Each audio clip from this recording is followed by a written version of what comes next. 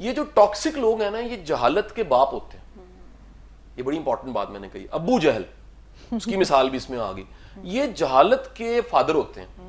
ये इस लेवल पे चले जाते हैं जहां इनका ईमान चला जाता है, ये अपनी दुनिया खराब कर लेते हैं, अपनी आखिरत खराब कर लेते हैं, अपने रिश्ते खराब कर लेते हैं, अकेले हो जाते हैं।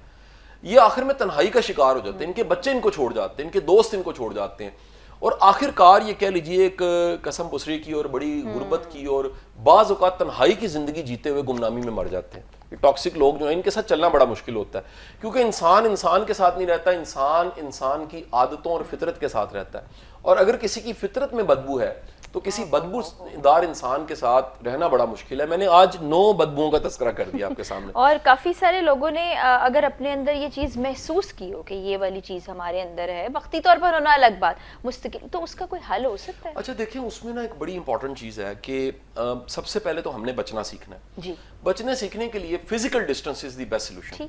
लेकिन जैसे हमारा सुनने वाला को सुनेगा तो वो कहेगा अगर मेरी बीवी है, बिल्कुल, कोई कहेगा मेरा खामद है, कोई कहेगा मेरा फादर है, कोई मदर कहेगा, कोई भाई कहेगा, कोई बॉस है, कोई सबॉर्डिनेट है, कोई टीम मेंबर है जिसको निकाल नहीं सकते हैं, जॉब ऐसी है जिसमें कोई कोलीग्स ऐसे हैं। तो फिर अगला काम आपने करना है फिजिकली और मेंटली डी अटैच होना। डी अटैच होने का मतलब ये है कि उनको डिस्कस भी नहीं करना, बड़ी इंपॉर्टेंट चीज है, और मौका भी नहीं देना वो डिस्कस करें आपको। सही। ये टेलीकिनेसिस जो शुआओं का चक्कर है ना, बड़ा इंपॉर्टेंट है। जब आप किसी को डिस्कस करते हैं ना, किसी कैरेक्टर को बिलखसूस, जिसे गीबत कहते हैं, तो वो बुराई और वो खामी और बदी वो कहीं ना कहीं चल के आप तक आ जाती है। शायद वो ठीक हो जाए, आप खराब हो जाएंगे। इसीलिए इसको गुनाह कबीरा कहा गया, और इतना बुरा फेल कहा गया जैसे अपने मुर्दा भाई का गोश्त खाना। तो आपने डी अटैच होना है, यानी इनका तस्करा ही छोड़ दें, ठीक है, यानी इनसे गाफिल हो जाए, इनसे बचें। अच्छा, ये है पहला दर्जा। अगला दर्जा जो है ना, वो शायद पहला दर्जा ही बनता था, लेकिन समझाने के लिए मैंने नंबर 2 पे रखा है, अल्लाह से मदद मांगे। ठीक। कि या बारी ताला मेरी कैपेसिटी बढ़ा, या मेरे मालिक मैं इसको छोड़ नहीं सकता, अब मैंने इसके साथ चलना है, और इसके बस नहीं है, और इसका कंट्रोल नहीं है, ये काबिल रहम है, आप उन पे रहम खाएं प्लीज, उनसे नफरत ना करें। यानी ये बिल्कुल ऐसे समझें कि किसी का बाजू नहीं है तो तरस आता है, किसी का टांग नहीं है तो आप कहते हैं यार ये बेचारा काबिल रहम है। आंख अगर आंखों की बिनाई से महरूम है तो आप उसको डिजर्व करता है, वो मोहब्बत डिजर्व करता है। तो ये टॉक्सिक लोग भी दरअसल डिजर्व करते हैं कि इनको इग्नोर किया जाए, इनको दरगुजर किया जाए।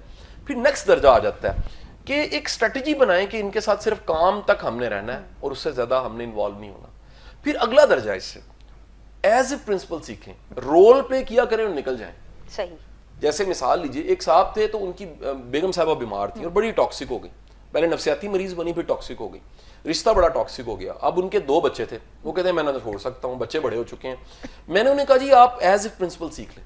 उनका वो क्या होता है, मैं कहा जी केयर डालें, इमोशन ना डालें। सही। वो कहते ये कैसे हो सकता है? मैंने कहा जी केयर का अल्लाह ने जवाब लेना है, वो है जिम्मेदारी, कि अल्लाह ने कहना तुम्हारी ये कफालत में थी, तुम्हारी रैयत में थी, तुमने कमा के दिया, घर चलाया, सारा कुछ किया। जब आप इमोशनली बहुत ज्यादा अटैच होंगे ना, तो फिर आप भी हर्ट होना शुरू हो जाएंगे, डिस्टर्ब हो जाएंगे, वो तो पहले ही डिस्टर्ब है। तो आपने डी अटैच होकर अपना आप सेव करना है। इस सारी गेम में इसको समझाने के लिए कह दूं, अगर खुदा न खास्ता एक टॉक्सिक बंदा आपका लाइफ पार्टनर है, तो इसको ऐसे सोच लीजिए एक जहाज है जिसमें 2 पायलट हैं, और एक पायलट वो है, एक पायलट आप है। अगर खुदा न खास्ता एक पायलट बेहोश हो गया, तो दूसरे पायलट पे पूरी जिम्मेदारी है कि वो सेफ लैंडिंग करवाए। तो ये सेफ लैंडिंग होनी है जब इन्ना लिल्लाह होना है, जिंदगी खत्म होनी है। तो आपका फर्ज बनता है कि फिर आप तब तक के लिए ज़हनी तौर पे तैयार हो जाए कि मेरा लाइफ पार्टनर जो है वो तो बेहोश है, क्योंकि वो तो टॉक्सिक है। आप अल्लाह से मदद मांगे, दुआ मांगे, उसको एक्सेप्ट करें, उसको कबूल करें, वो ऐसा है, और साथ ही साथ उसको वेंट करने का मौका भी दें थोड़ा सा। क्या पता आपकी शफकत, आपकी मोहब्बत जो है उसको ठीक कर बदल दे। तो क्या नफ्सियाती हेल्प ली जा सकती है?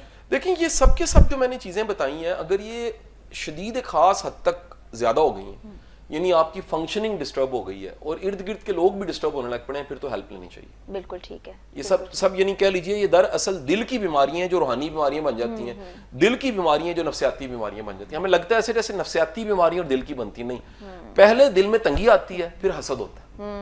पहले दिल में कीना आता है, फिर उसके बाद बंदा जो है ना वो मैनिपुलेटिव होता है। पहले दिन में कहीं ना कहीं कह लीजिए एक नफरत आती है, उसके बाद बंदा जो है ना वो एक जोंक बनता है। तो पहले दिल की कैफियत को समझना, और इसमें बड़ी बड़ी अच्छी किताबें, बड़ी साजिदा नहीद की किताब है जल्दी किस लिए, one of the fantastic book ji. और क्या कमाल उन्होंने किताब, बुक कॉर्नर जेलम वालों ने प्रिंट की हुई है, कमाल की किताब है जल्दी किस लिए। तो आप ऐसे लोगों को थोड़ी रूहानी इलाज की भी जरूरत होती है,